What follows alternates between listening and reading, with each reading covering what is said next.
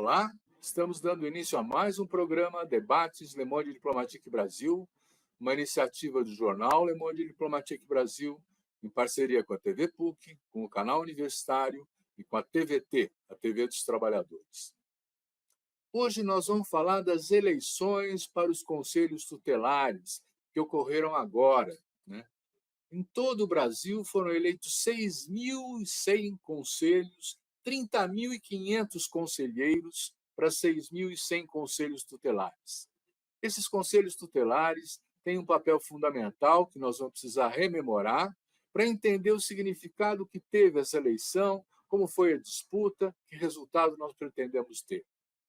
Para discutir esses temas, nós estamos convidando a Miriam Truboloni. A Miriam, muito obrigado, Miriam, por estar topando participar daqui.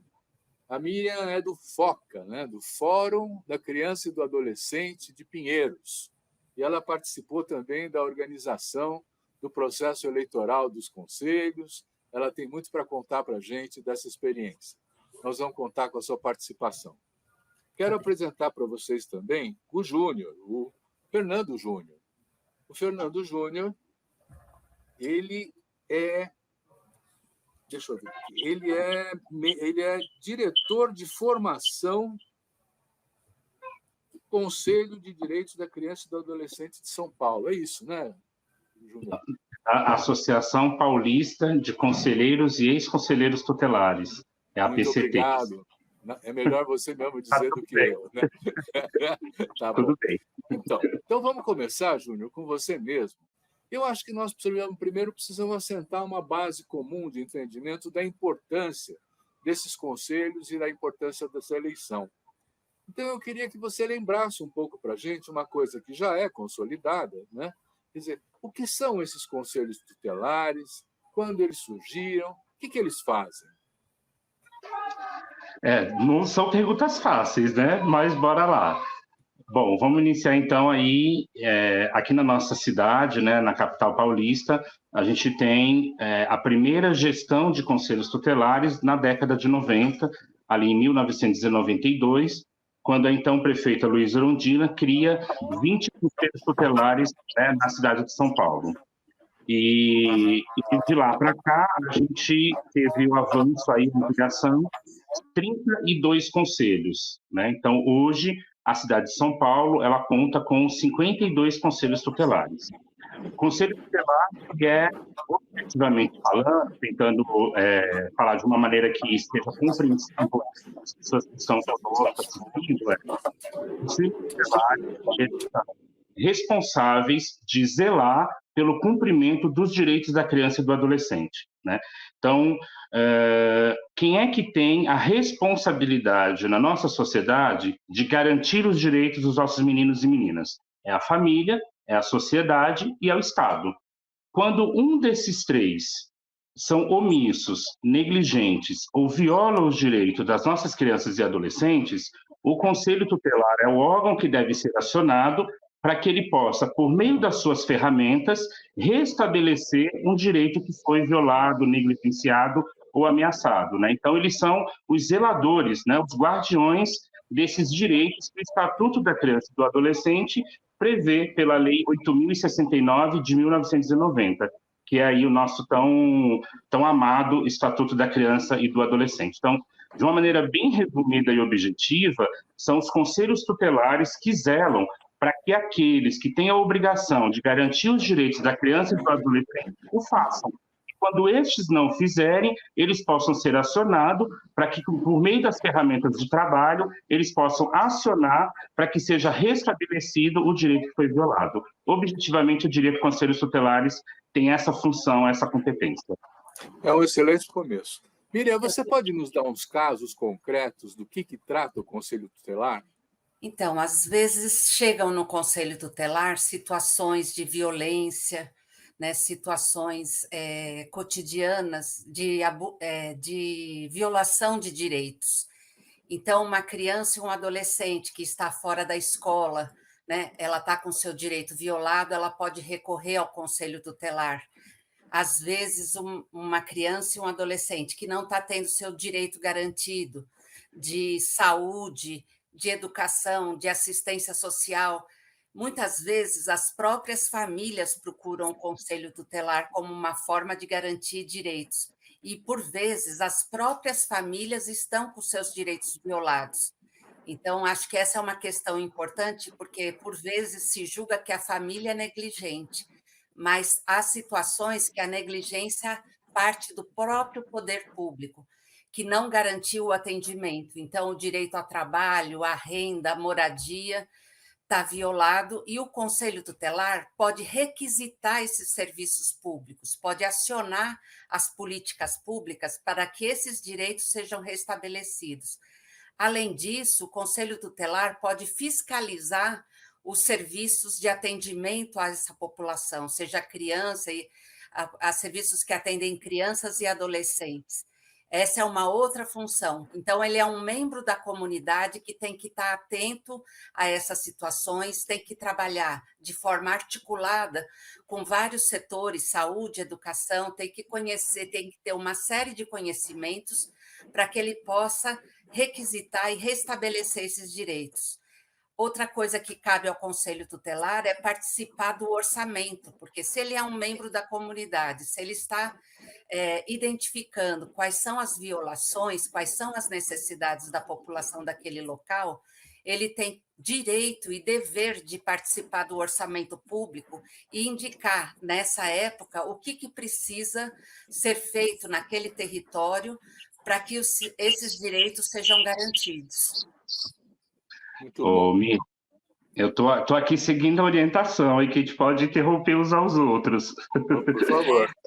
Não, queria, a Miriam, antes desse último ponto, a Miriam tocou no item que é a fiscalização nas entidades de atendimento, né? Eu acho que esse é um dos pontos, não mais importante, mas tão importante quanto as demais atribuições que o conselheiro tutelar tem, contudo, ele é pouco exercido, né? Porque os conselhos acabam tendo, se atribuindo, né, ou sendo atribuído a eles, tantas questões, tantas funções que muitas vezes não são de sua competência, que aí falta tempo para fazer aquilo que de fato é, né? Então, o que é fiscalizar as entidades de atendimentos governamentais e não governamentais, né? Nós estamos falando que, pelo Estatuto da Criança e do Adolescente, pela lei federal, existem 2 órgãos fiscalizadores. Um é o Ministério Público e o outro é o Conselho Tutelar, né? Então, olha a importância e olha a dimensão de competência e atribuição que esse órgão tem. Então, quando ele vai fazer uma fiscalização numa entidade de atendimento, ele vai aqui embutido aí no seu pensamento pensando, né? Esta organização ou este serviço, este programa, este atendimento, ele obedece aos princípios do Estatuto da Criança e do Adolescente? Né? Então, essa é a pergunta. Espera aí, que eu me bananei aqui. Aqui, voltei. Não, tá certo. Essa é a pergunta que vai ali permeando durante todo o período da visitação naquele espaço físico onde está sendo feito o atendimento.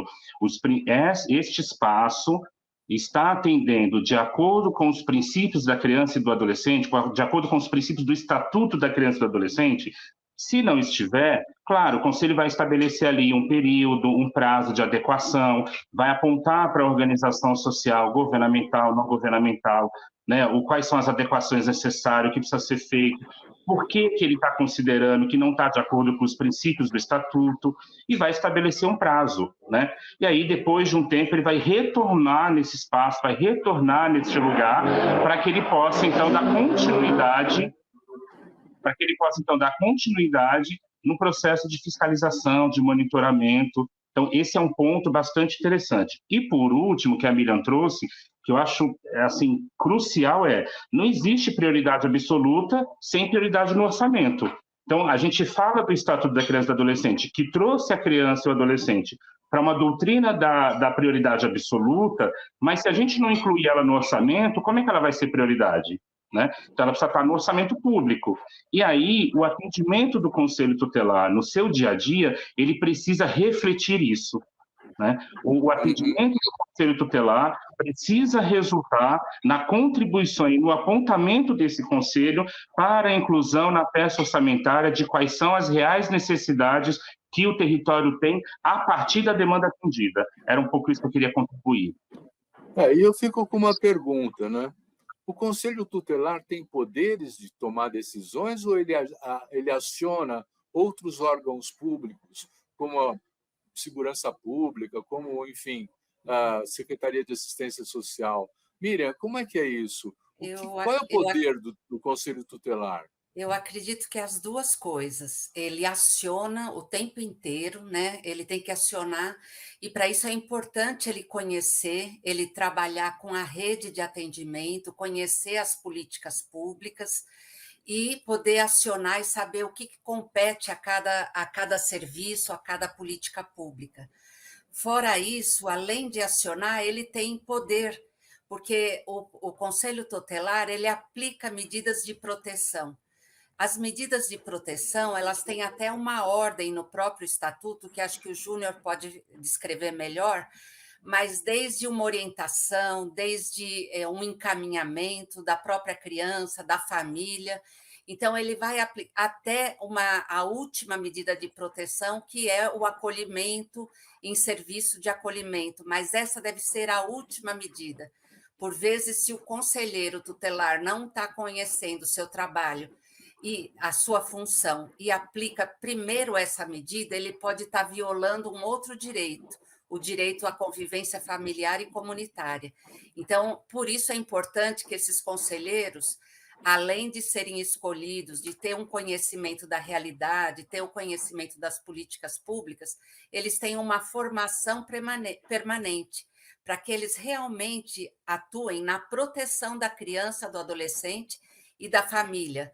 Ele não é para dar bronca em família, ele é para orientar, restabelecer direitos daquela família, para que a família possa reassumir as suas funções de proteção também da criança. Então, essa medida de acolhimento, que a gente falava nos antigos abrigos, deve ser a última medida, e se ele aplica ela sem conhecimento, ele viola direitos. Júnior, que informação tem esses conselhos? Primeiro, nós falamos dos conselhos, vamos falar um pouco dos conselheiros. Eles são eleitos, não é isso? Eles têm mandato, eles têm uma remuneração, é tempo integral, não é? Como é que eles são formados para atuarem como conselheiros? Você que está como diretor do Centro de Formação. Os desafios são bastantes, né? A gente tem uma diversidade que ocupa a função de ser conselheiro tutelar. Então, você tem os mais inimagináveis possibilidades de perfil, né, exercendo a ação conselheira. Eu queria só, se você me permite, queria dizer uma coisinha que eu acho que é importante para quem nos assiste conseguir compreender a função do conselho tutelar, né? Então, o conselheiro tutelar, quando ele realiza um atendimento, a primeira função dele, a primeira tarefa que ele tem é identificar o direito violado, né? Então, neste relato, nessa presença dessa família que está aqui, ou encaminhamento trago pela rede, né, do território, qual é o direito violado dessa criança? Então, ele vai estudar ali naquele atendimento quais são os direitos violados. No segundo momento, ele vai compreender, interpretar e achar ali quem são os agentes violadores deste direito. Quem é que está violando o direito dessa criança, né? Identificou essas duas coisas, aí ele vai para os encaminhamentos e para as requisições e acompanhamentos necessários. Que aí é a partir desse olhar do direito violado, do agente violador, que ele vai traçar quais são as ações de proteção que ele vai agora fazer com essa criança, com essa família que chegou até o Conselho Tutelar. Bom, falando do Conselheiro Tutelar, né? Nós temos um edital que foi quem deu toda a diretriz e o norte dessa eleição que ocorreu no último domingo, dia 1º de outubro, que ele trazia como requisito para ser candidato ao Conselho Tutelar ter maior de 21 anos de idade, ensino médio completo, comprovar a idoneidade moral por meio de documentações expedidas pela Polícia Federal, Estadual, que são os atestados, as certidões criminais e assim por diante, e comprovar experiência de atuação na promoção, na defesa ou no atendimento aos direitos da criança e do adolescente. Então, esses são os requisitos para ser conselheiro tutelar, né? Então, essas pessoas maiores de 21 anos, que têm ensino médio concluído, mas, sobretudo, em especial, que tenham experiência comprovada no atendimento e no trabalho com crianças e adolescentes. Aí elas estão aptas a concorrerem, a divulgar dentro do seu território o que é o conselho, o que faz e por que ela está se colocando à disposição desse pleito, né, que aconteceu agora no domingo. Nós tivemos, hoje eu estava lendo, nós tivemos 70%, porque ainda não é um resultado final, é um resultado preliminar, né, da apuração, mas o resultado preliminar, porque ainda cabe recurso, ainda está no processo ainda aí ainda está no processo, né, então ainda não foi publicado a lista final dos eleitos, mas a gente tem 70% dos conselhos tutelares renovados, né? Então, dos 52 conselhos, 70% será ocupado por novos conselheiros tutelares. Apenas 30 foram reeleitos para dar continuidade a mais uma gestão, que é uma gestão de 4 anos, né? Eles exercem um mandato eletivo, eles são eleitos para ser conselheiros tutelares pelo mandato de 4 anos. Tem uma remuneração hoje, que eu acho que é importante também dizer aqui, que é o fruto de muita luta, né? Porque os primeiros conselheiros tutelares recebiam uma ajuda de custo ali de R$80, R$180 quando começaram, e hoje a remuneração, depois de muita luta da classe trabalhadora, ela é de R$4.000, com direito às férias, a 13º, então, enfim, com os direitos sociais e trabalhistas garantido, fruto, de novo, quero repetir, de muita luta da classe trabalhadora. Muito bem. Nós vamos fazer um pequeno intervalo e já voltamos nesse papo.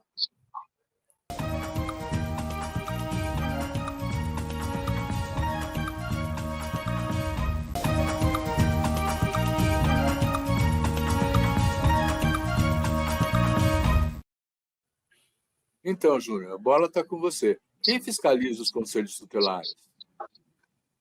Acho que, de via de regra, a gente tem que fortalecer a ideia de que quem elegeu, tira. Então, o conselho tutelar, os conselheiros tutelares são eleitos pelo povo. E esse povo que o elegeu também é o povo que pode tirar esse conselheiro quando ele presta um desserviço na ação conselheira. Contudo, hoje nós não temos uma comissão disciplinar de ética, né? Ela vai passar a existir a partir do dia 10 de janeiro, que é quando esses conselheiros tomam posse. Então, a nova gestão, ao tomar posse no dia 10 de janeiro, ela já vai ter que lidar com uma comissão disciplinar de ética, que é a comissão responsável por apurar, por investigar, por abrir um processo administrativo quando o conselheiro tutelar não está cumprindo com o que manda a legislação, com o que manda o regramento, as normas, a lei municipal, estadual e federal, né? Então, a partir de 10 de janeiro, os cidadãos poderão relatar essas denúncias, poderão oficializar essas denúncias, que hoje elas são encaminhadas ao CMDCA, que é o Conselho Municipal, e o Conselho Municipal faz ali uma avaliação, encaminha ou não encaminha para o Ministério Público, ou as pessoas encaminham direto ao MP uma denúncia contra o Conselho Tutelar, aí o Ministério Público abre um inquérito civil, notifica a CMDCA, notifica as partes e abre um processo de investigação, de apuração. Mas a nossa lei, aprovada em julho em julho do ano passado, vai disciplinar uma comissão de ética competente e responsável para exercer essa função de investigar e apurar as condutas equivocadas e as condutas crimes que o conselheiro tutelar venha a fazer durante o período do seu exercício da sua função. Muito bem. Miriam, você tocou aí o tema de que existe uma disputa na sociedade para assumir o controle desses conselhos tutelares. Eu tenho lido nos jornais também que há igrejas que mobilizaram ônibus para garantir que os seus fiéis fossem votar nos conselhos tutelares. E há uma notícia de que houve uma mobilização extraordinária na sociedade esse ano, maior do que a outra vez dos outros conselhos. Eu queria que você fizesse uma análise disso. Essa mobilização foi grande, não foi? O que resultou disso? Nós estamos tendo realmente uma disputa ideológica em torno dos conselhos? Eu acredito que sim. Ela não é recente, mas ela tem permanecido.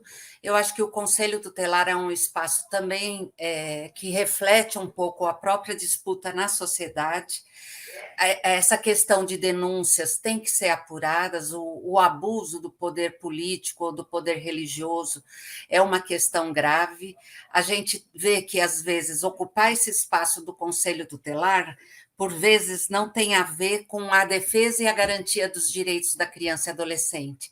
Tem setores da sociedade, principalmente de igrejas conservadoras, né, que têm procurado disputar esse espaço como uma forma de trazer pautas, né, moralistas para dentro dessa prática, para esse atendimento, para trazer pautas que são, por exemplo, contra a questão de gênero, que virou uma grande questão de disputa na sociedade, às vezes também para trazer uma visão de uma família tradicional, que é uma visão que praticamente não corresponde à realidade das famílias, na realidade.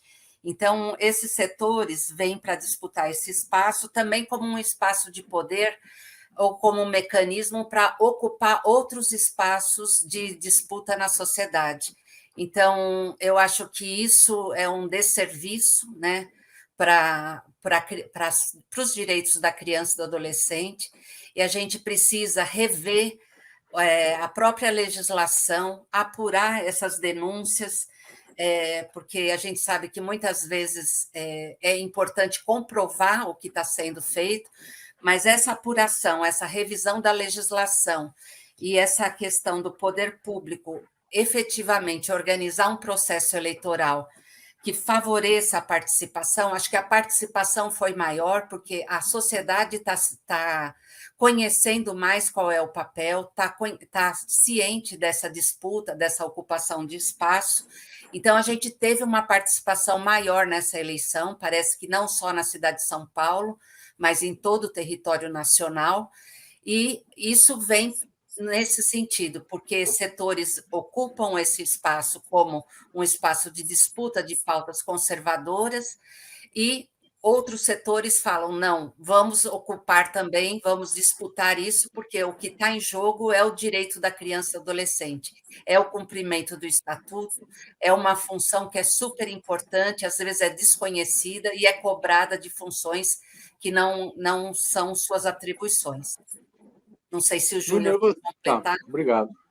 Júnior, você, na sua militância atual, antes mesmo do resultado dessas eleições de domingo passado, quer dizer, a configuração dos conselhos, ela já envolvia essa disputa moral, conservadora, essas regras, ou isso é novidade?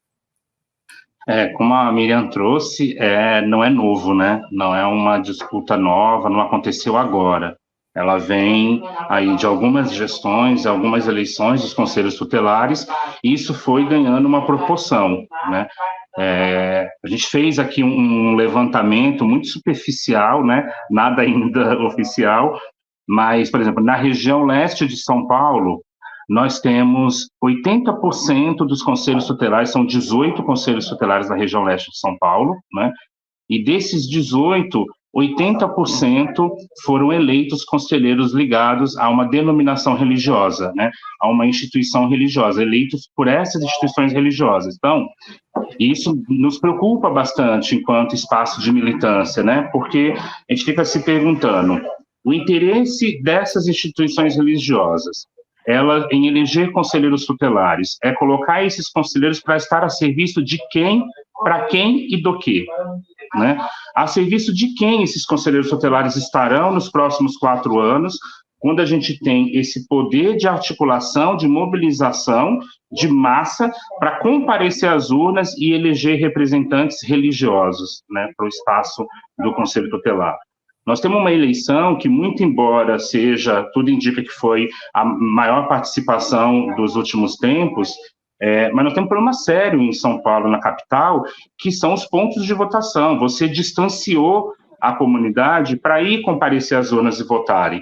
Numa eleição que ela não é obrigatória, numa eleição que teve uma chuva torrencial até o período mais ou menos ali da hora do almoço, algumas regiões não pararam de chover, né? E aí você tem os pontos de votação que estão distantes quilômetros desse munícipe, né? Inclusive desse usuário do Conselho Tutelar, que vai ser alguém que já procurou ou que vai procurar o Conselho Tutelar. Então, quanto mais você aproxima os pontos de votação das comunidades, maior será a participação. Quanto mais você distancia, menor será a participação. Então, acho que isso ainda é um desafio para a capital paulista de universalizar os acessos, tornar eles o mais próximo possível para que a gente possa aumentar. Agora, eu tenho que dizer que eu acho que foi, assim, uma das coisas mais lindas que eu acho é esse processo de eleição dos conselhos tutelares. Durante alguns meses, a sociedade, as comunidades, os territórios, eles param para falar sobre conselho tutelar. Então, também é a oportunidade das pessoas se educarem, das pessoas aprenderem o que é o conselho, o que faz o conselheiro, é a oportunidade de desmistificar alguns rótulos que foram colocados para o conselho tutelar, como, o conselho tira os filhos da mãe, né? Se um adolescente está com comportamento, está com indisciplina na escola, eu vou chamar o conselho tutelar para ele, eu vou encaminhar para o conselho tutelar. Então, também foi uma oportunidade de desconstruir essa imagem punitiva, severa e ruim que o Conselho Tutelar acabou passando ou que a sociedade acabou construindo sobre a visão do Conselho. Então, eu acho que é um processo bonito esse de falar sobre Conselho Tutelar durante 3 meses, 6 meses, da gente parar e poder ir para as escolas e ouvir a juventude e divulgar a eleição do Conselho. Eu acho muito lindo, eu acho, assim, de uma riqueza tremenda. Ainda com você, Júnior, você falou de uma estimativa, de uma primeira aproximação dos resultados da Zona Leste. Você tem outros resultados de outras regiões também para poder nos apresentar? Acho que a Miriam pode contribuir um pouco, mas não é muito diferente não, né? A gente fez um pouco um balanço aí na cidade, a gente está aguardando alguns números, alguns contatos confirmarem conosco, mas o resultado ele é um pouco geral. Agora, ele não é um resultado novo. A última gestão, nós já tínhamos 50% dos conselhos tutelares ocupados por essa mesma denominação religiosa, esse mesmo agrupamento religioso. Essas mesmas instituições, na eleição passada, em 2019, já elegeram 50% dos conselhos tutelares. Então, o que a gente está com a impressão é que avançou mais um pouco, que a gente tem mais um avanço, além desses 50%, aí deve ter ido para uns 70% na cidade como um todo. Mas acho que a Miriam pode ter uma informação mais concreta. Eu acho que, assim, eu estava lendo até uma análise inicial de um sociólogo, Ruda Hit, e ele fala o seguinte: parece que o campo progressista, né, mais vinculado à defesa dos direitos da criança e ao próprio que está previsto no Estatuto da Criança e do Adolescente, parece que ele foi ele teve mais resultados em regiões da classe média. Eu falo, por exemplo, aqui em Pinheiros, em algumas regiões mais centrais, houve uma mobilização bastante grande até para se contrapor a essa ocupação desse espaço. Então, a população e a própria sociedade civil organizada, as redes sociais, mobilizaram muito para essa participação, até como uma forma de contrapor a ocupação desse espaço de uma forma incorreta. Parece que isso, pelo menos é uma visão inicial, de que isso se manteve de alguma forma no Brasil, em regiões mais centrais. Isso pode dizer também, às vezes, de outras formas de vinculação com setores religiosos, na linha de oferecer coisas como transporte, de oferecer outras vantagens para uma eleição, ou fazer uma eleição só baseada numa indicação que não faz um verdadeiro debate, né, de um conhecimento de quem são esses conselheiros, um voto quase que identificado, encomendado por dirigentes religiosos, né? Então, acho que isso são coisas que a gente precisa ver, como que a gente pode ampliar o debate mesmo. Por exemplo, aqui na região a gente tentou fazer debates, que era uma função da comissão de organização, e esses próprios candidatos não compareciam ao debate, porque eles priorizam esse espaço que eles já têm de participação deles em igrejas. Então, isso é muito grave e a gente precisa ver na legislação formas de mexer com isso, e eu acho que a participação social em fóruns regionais, fóruns municipais, também pode ser um mecanismo onde a sociedade se aproprie, né? Porque criança é prioridade absoluta.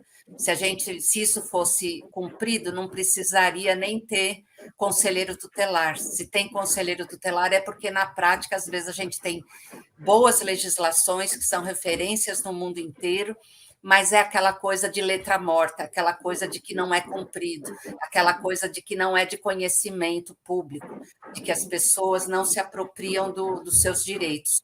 Então, acho que esse é um desafio para a sociedade.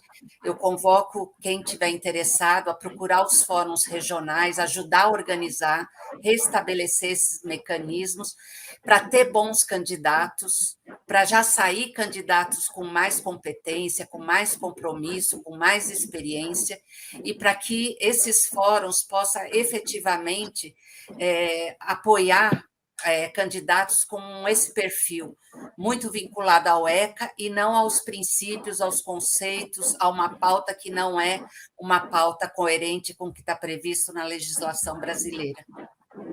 Muito bom. Nós vamos fazer um último intervalo e depois vamos para o nosso último módulo, tá bom?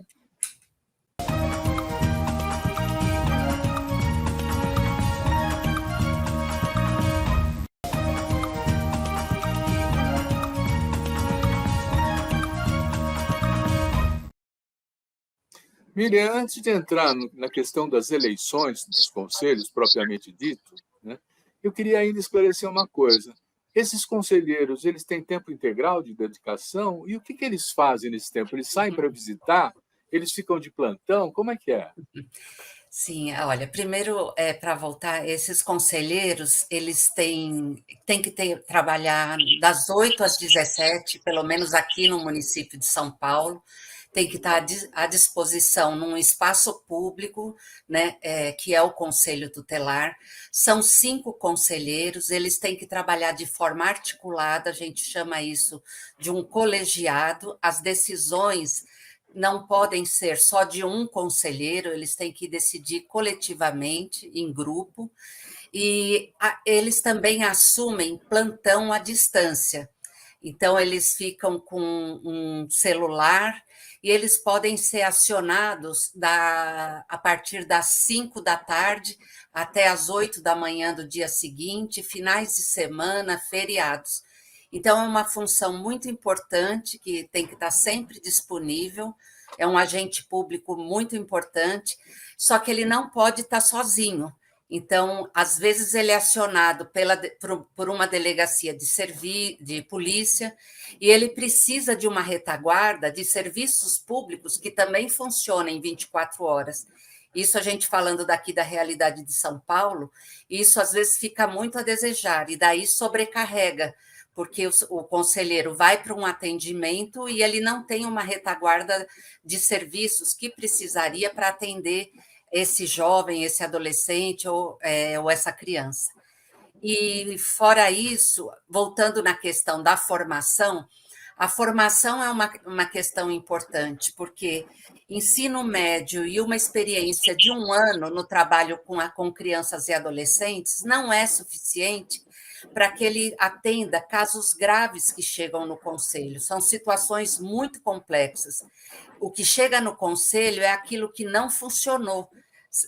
O poder público, ou às vezes a própria sociedade está em falha, a família está em falha com aquela situação, com o direito daquela criança e adolescente.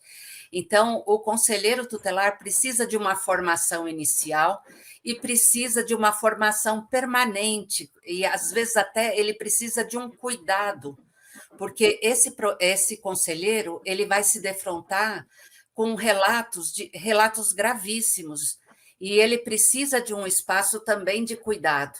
Nesse sentido, uma associação e o próprio poder público precisam investir nesse profissional, nesse agente público, para que ele tenha realmente condições de fazer um bom atendimento, porque é uma função fundamental e a gente sabe como na sociedade atual e cada vez mais com as desigualdades, com o pós-pandemia, as situações são muito graves e muito complexas.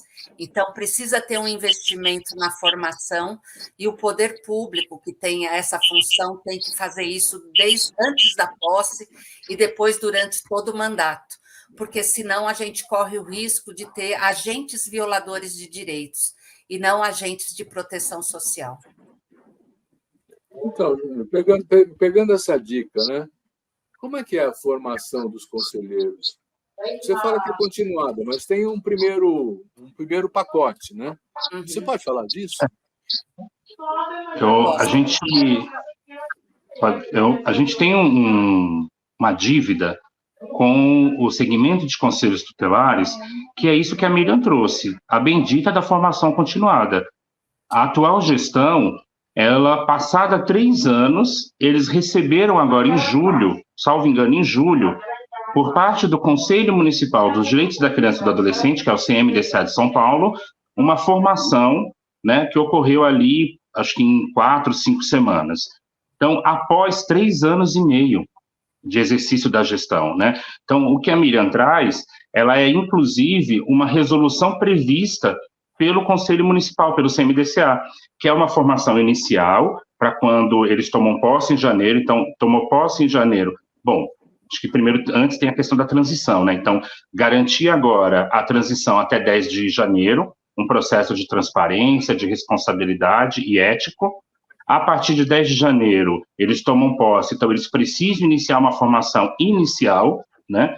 Porque, embora sejam pessoas que têm experiência no atendimento com crianças e adolescentes, estar no atendimento numa organização social, desenvolvendo atividades recreativas, socioeducativas e pedagógicas é uma coisa. Sentar na mesa do conselho para atender violação de abuso sexual, por exemplo, é uma outra coisa. Então, esse conselheiro precisa minimamente compreender instrumentos, orientação, papel, para que ele não incorra a ser um agente de violador, como a Miriam trouxe. Após a formação inicial, você inicia uma formação continuada, porque esse conselheiro precisa entender os fluxos. Qual é o fluxo da assistência social? Qual é o fluxo da saúde? Como é que eu encaminho? Como é que eu envio uma requisição? Porque tem instrumentos próprios, né? Então, esse conselheiro precisa estar apto a fazer um atendimento afetuoso, acolhedor e fraterno com essa família que chega no conselho tutelar, mas 2 horas depois, se for o caso, ele tem que estar preparado para sentar na mesa de um juiz e defender o direito da criança e do adolescente, né? Então, olha como que se exige, ao mesmo tempo que o edital traz requisitos mínimos, na prática do dia a dia se exige muito mais do conselheiro tutelar. Então, a formação continuada é fundamental para que a gente tenha um conselho que preste um bom serviço à comunidade.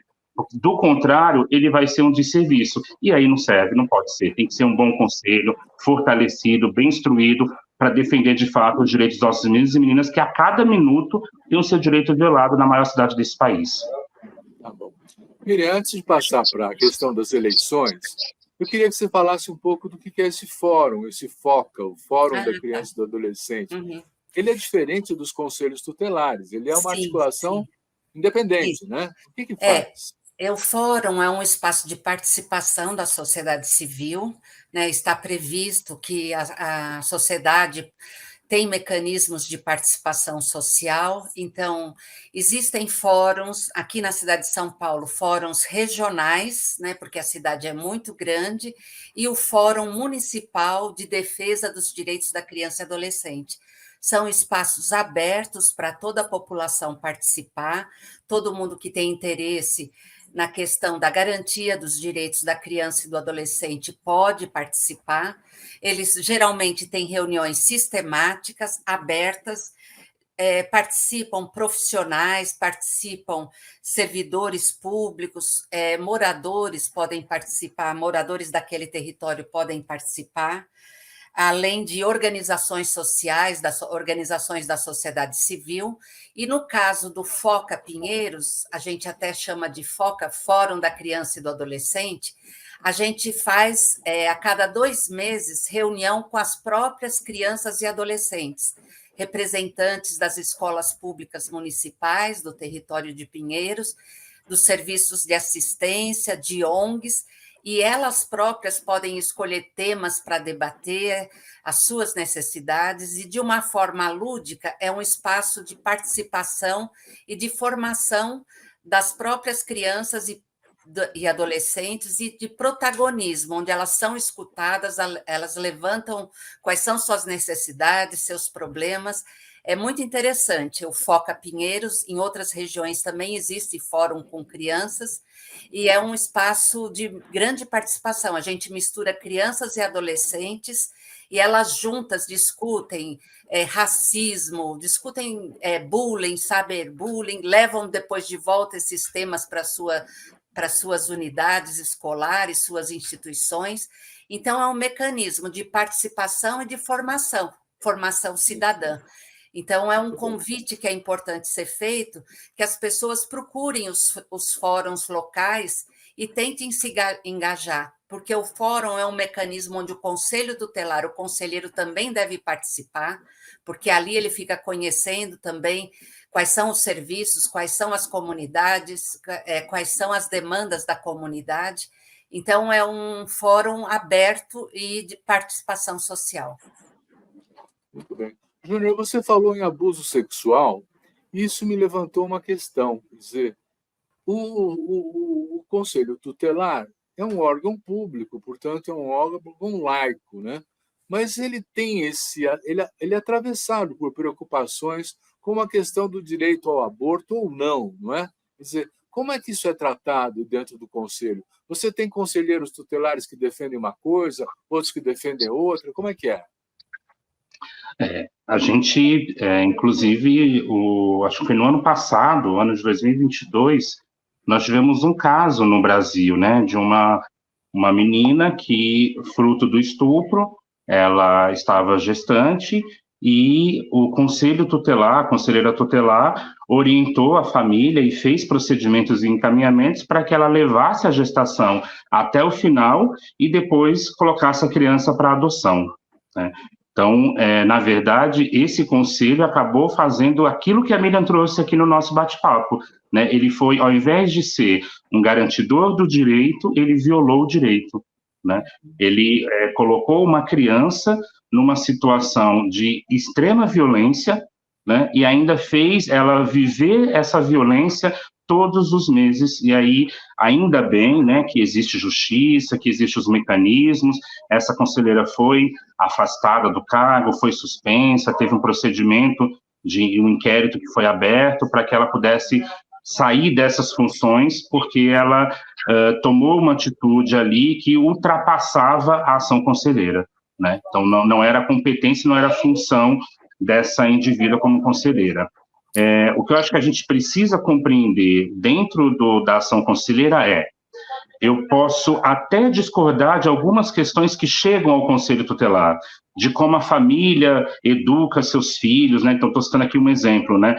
Eu acho que essa criança não tinha que estar na rua brincando, tinha que ficar dentro de casa assistindo televisão. Olha, você pode até achar alguma coisa, mas aqui dentro do espaço do Conselho Tutelar não é o que você acha. A gente não trabalha a ação conselheira pautada nas suas vivências de família. A gente pauta o atendimento do Conselho Tutelar a partir do que o Estatuto da Criança e do Adolescente estabelece. Aí você vai considerar o Plano Nacional de Convivência Familiar e Comunitária, né, as orientações técnicas, as portarias, os decretos, as leis. Então, o Conselho Tutelar faz a sua ação e a sua atuação pautado na lei. A força do Conselho Tutelar está no seu colegiado, mas o colegiado não está acima da lei, né? Ele é regimentado por isso. Eu acho que isso é uma questão importante. Quer falar também? Fala, Miriam. É uma questão. Ele é um agente público, né? E como agente público, ele tem a responsabilidade de seguir estritamente a legislação. Então, por exemplo, nesse exemplo, não dá para um conselheiro que pode ser pessoalmente contra o aborto, não informar sobre a possibilidade do aborto legal, sobre o direito do aborto legal. Então, na ação conselheira, ele está investido ele é um agente público, de um poder público, e o que pode referendar a prática dele é a Constituição, é o Estatuto da Criança e do Adolescente, são outras legislações específicas. Então, ele tem que se pautar nisso. E nisso é importante que a gente saiba, porque na prática a gente sabe que acontece.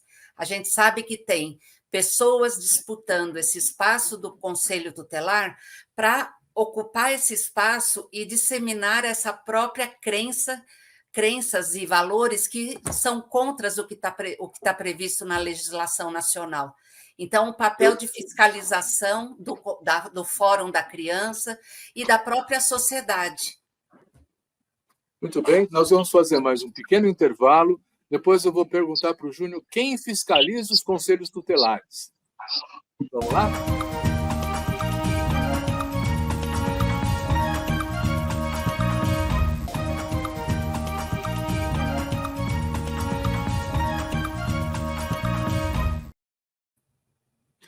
Júnior, como é que nós vamos conviver com conselhos tutelares que têm 70% dos seus conselheiros se pautando pela Bíblia e pela orientação do seu pastor, ao invés da Constituição e do ECA? Como é que a gente faz?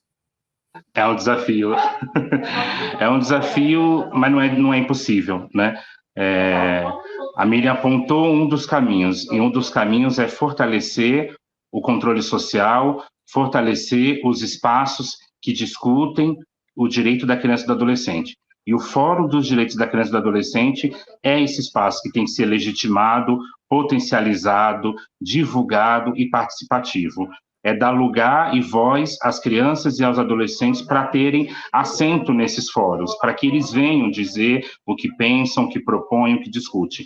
E nós, enquanto sociedade civil, temos que fazer o nosso controle social, né? Aonde estão esses conselheiros, quem são esses conselheiros, como é que está sendo a ação conselheira e exigir prestação de contas, né? Então, tem que fazer prestação de contas, né? Qual foi o plano traçado por essa gestão neste ano de 2024, que nós vamos entrar aí na nova gestão, quando entrar em 2024, qual é o plano de trabalho desse colegiado, né?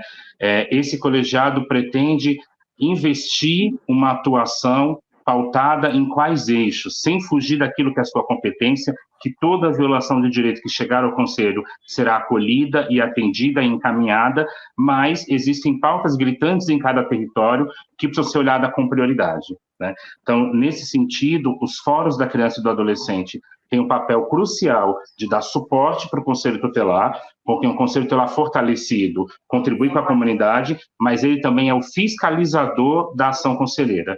E quando este fórum entender que este conselho está violando e não garantindo, ele tem que ser denunciado e tem que ser destituído do cargo ao qual ele foi empossado por lei, mas pelo voto direto. Então, ele está a serviço da comunidade, ele está a serviço da criança e do adolescente. E se for o contrário, ele deve ser cassado, representado e chamado os suplentes para assumirem ou uma nova eleição individualizada, se o caso for. E eu acho que tem que ter consciência de que eles são agentes públicos e que os agentes públicos precisam ter como norte na sua ação todos os princípios previstos na legislação. Então, isso deve pautar a prática da ação conselheira. E acho que a formação nesse sentido é fundamental. Investir para que esses conselheiros conheçam a legislação, aprofundem o conhecimento no próprio Estatuto da Criança e do Adolescente, conheçam as políticas públicas, conheçam os atores, os outros atores do sistema de garantia e de direitos, trabalhem em colegiado, quer dizer, a partir do momento que eles são eleitos, eles são um grupo, eles são um coletivo, cada conselho são 5. Então, eles precisam discutir os atendimentos, tomar as decisões em grupo. Isso pode minimizar um pouco alguns riscos, porque daí é um envolvimento de não só de uma pessoa. Se houver um equívoco, outras pessoas podem também vão ser responsabilizadas. Então, a ação conselheira é uma ação de um colegiado. E eu insisto na questão da formação. É uma formação permanente, continuada, que escute os próprios conselheiros para fazer o seu plano de formação, para elaborar um projeto, porque a formação não pode ser desconectada do que acontece no dia a dia. não pode ser uma formação só teórica que não dê conta da realidade do que acontece no cotidiano. Então, a orientação, eu acho que o que é fundamental é ouvir esses conselheiros, elaborar um plano de formação e deixar bem claro qual é o seu papel enquanto agente público e quais são os parâmetros da sua ação, que é o direito da criança, do adolescente, que é o que está previsto em todos os direitos sociais e direitos políticos da nossa sociedade. Júnior, como é que faz a formação de 30.500 conselheiros eleitos agora, né? Esse pessoal, que provavelmente tem uma parte reeleita, mas não são todos, né? Eles estão chegando. Não pode ser atribuído a cada município fazer o seu trabalho, porque cada um tem um jeito de fazer. Isso é uma responsabilidade nacional, estadual. Como é que você vê? O CONANDA tem alguma coisa a ver com isso? Então, não existe, pelo menos eu desconheço, que exista um plano nacional de educação continuada para conselheiros tutelares. O que a gente tem nas resoluções do CONANDA são diretrizes, são orientações de como os municípios podem construir esse plano de educação continuada. Então, a responsabilidade pela educação continuada dos conselheiros em exercício, ela é do Conselho Municipal dos Direitos da Criança e do Adolescente, que deve, em resolução própria, estabelecer como é que vai se dar, quais são os temas, as estratégias, a metodologia, a contratação, né, de uma empresa que tenha notório saber, que tenha know-how, que tenha competência para fazer essas formações. Então, essa é uma autonomia que os municípios possuem, de fazer o seu plano de educação continuada. O que o Conselho Nacional vai estabelecer para a gente são as diretrizes gerais que devem ser consideradas nesse processo de elaboração. Então, aqui no município, na cidade de São Paulo, o Conselho Municipal de Direitos da Criança e do Adolescente tem uma resolução aprovada, né, e que não foi executada, não foi efetivada, mas ele tem uma resolução aprovada com as diretrizes para o plano de formação continuada. E essa resolução ela foi construída com os conselheiros tutelares da atual gestão, com as organizações sociais executoras de serviços e programas do município, com gestores, né, com o poder público, então, com adolescentes. Então, ela foi um grande período, né, de coleta de informações, de coleta de contribuições para construir as diretrizes da resolução, que caberia tão só ao CMDCA, então, agora, fazer a contratação para ofertar a formação. No entanto, ela não aconteceu. Então, se a gente quer qualificar o espaço do Conselho Tutelar, é com formação contínua. Não adianta oferecer uma palestra hoje, daqui 6 meses ele participa de outra. Nós estamos falando de algo que tenha começo, meio e fim, né? De algo que ele consiga conectar com a realidade do seu atendimento, né, mas que ele também consiga ter a contextualização socioeconômica e cultural que está inserida a cada família dessa, porque senão ele vai fazer um processo de criminalização da pobreza e aquilo que deveria ser a instância última, que é o acolhimento institucional, ela vira instância primeira. Né? E aí está condenado o menino e a menina a viverem institucionalizada até completar os 18 anos. Então, a formação é a saída para que a gente possa ter um conselho tutelar mais forte, mais consciente e mais entendendo aí da sua realidade nos territórios. Eu acho que esse é o caminho. Muito bom. Miriam, olha, nós estamos acabando o nosso programa, o tempo passa rápido, né? A gente tem um papo bom e aí escapa, o tempo passa rápido. Eu queria perguntar para você uma coisa, quer dizer, existem casos de expulsão de conselheiros por uma atitude contrária ao ECA ou não? E eu queria aproveitar e dar a palavra para cada um de vocês por 1 minuto, para que vocês possam dizer o que queiram no final e se despedir do nosso público. Miriam. Acho que existem situações práticas, talvez o Júnior possa detalhar melhor algumas situações, né? Eu acho que isso é possível e eu acho que pode acontecer, mas tem que ter um olhar e um cuidado também, para não ter nenhum tipo de perseguição, mas também não ter uma atitude que tudo pode ser feito, né? Porque existe um certo poder e esse poder tem que ser atuado com uma responsabilidade, né? E com base legal.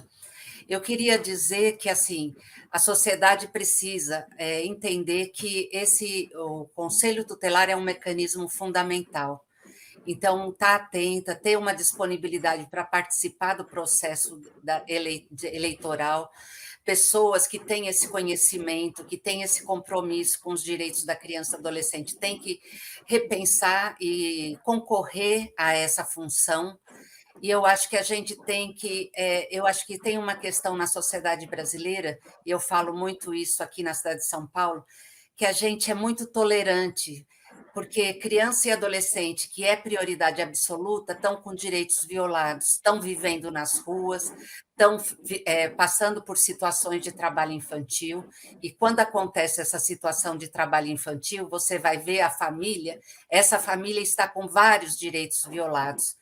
Então, a gente precisa cuidar e proteger as famílias, restabelecer os direitos desses familiares para que eles possam, de fato, fazer a sua função de proteção das crianças e dos adolescentes. Júnior, uma palavrinha muito rápida que nós estouramos. Que o Conselho Tutelar ele possa, na próxima gestão, dia 10 de janeiro, quando tomarem posse, que cada conselheiro, ao entrar naquele conselho, vista a camisa na defesa dos direitos da criança e do adolescente.